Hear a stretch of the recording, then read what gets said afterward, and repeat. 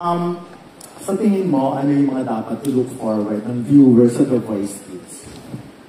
Hi, Don. Good morning sa inyong lahat. Mabuti safe kayo nakarating dito and we're so excited to share all these with you. Kung ano ang dapat napakarami. Coming from the success of the previous season, nakita natin kung gaano siya naging exciting in all aspects dahil nakita natin syempre yung chemistry at bardagulan ng ating mga hosts. Pero right now, syempre, meron tayong bagong host. Kaya very exciting to see syempre, yung sagutan nila, kung paano nila kukunin yung mga bago nilang mga alagaan, di ba, etc. So, pero more importantly, looking forward tayo dito dahil kids na talaga siya. Diba, nakita natin kung paano yung naging dynamic sa previous season. Pero ngayon, mas magiging interesting siya dahil pag bata nang involved, iba talaga yung nagiging emosyon eh. Iba yung nagiging affinity natin sa pinapanood natin, lalong-lalo na kapag nakikita natin at nararamdaman natin yung kanilang sincerity, nararamdaman natin yung kanilang eagerness na makamit talaga yung pangarap nilang maging isang singer. So, para sa akin, ito yung ultimate na aabangan talaga natin. Pero, Dom, nakapag-tape na kayo? Nakapag-shoot na tayo? Marami na kami nagawang mga workshops, mga activities around. But syempre, looking forward ako sa blinds na mangyayari pa lang. Okay. So far, hindi mo ba na-witness kung paano makipagbardagulan si Pablo sa kanya? Like kay Stel or kay Julia or kay Phoebe? Sa backstage. Sa backstage. Pero syempre, nakikita naman natin sila, makikita natin sila paano sila mag-perform, di ba, as a band. Pero alam natin yung chemistry ngayon, relationship nila Billy, Julie, tsaka ni Stel. Kaya ito yung isa sa talaga makikita natin. Kasi alam natin, teammates sila, si Pablo tsaka si Stel. Pero kapag nasa The Voice stage na, malalaman natin kung ano yung magiging difference sa kanilang samahan, sa kanilang chemistry at relationship. Dahil siyempre, iba na yung goal nila dito, di ba? Makuha ang best kids na para mapunta sa kanilang team.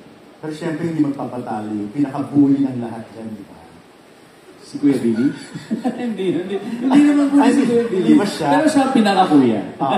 Anyway, of course, Dong, siyempre, hindi ka lang host eh. Ikaw din ang mga kasama ng mga talents, ng family sa before and after ng blind audition. So, paano mo pinaghahandaan yun? And ano yung mga nakikita mong scenario agad-agad?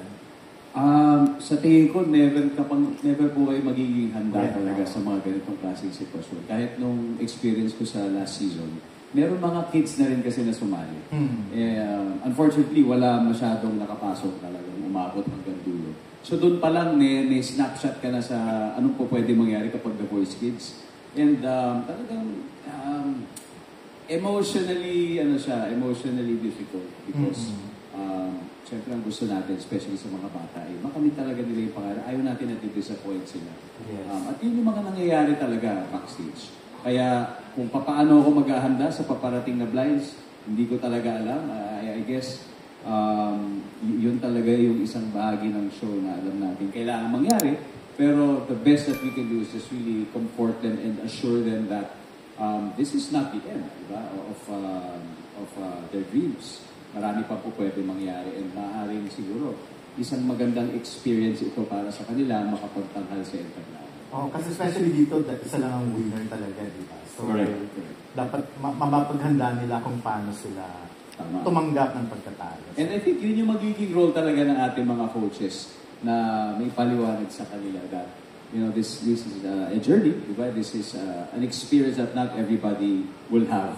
Pero in the process of doing all this, marami kang matututunan sigurado. Lalong-lalo na bilang isang bata. But of course, praktisado ka naman because may Zia and Sixto na pwede mong, nakita namin kung paano ka maging tatay. Yun na nga, kaya rin siya mahirap dahil parang may isip mo na, parang anak ko na itong mga ito, paano kaya kung sila rin yung nandito, paano kung malagay sila sa ganitong sitwasyon.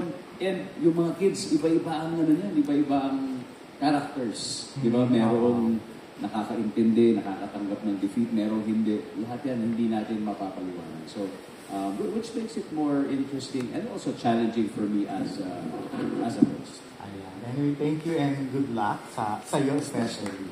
Maraming salamat.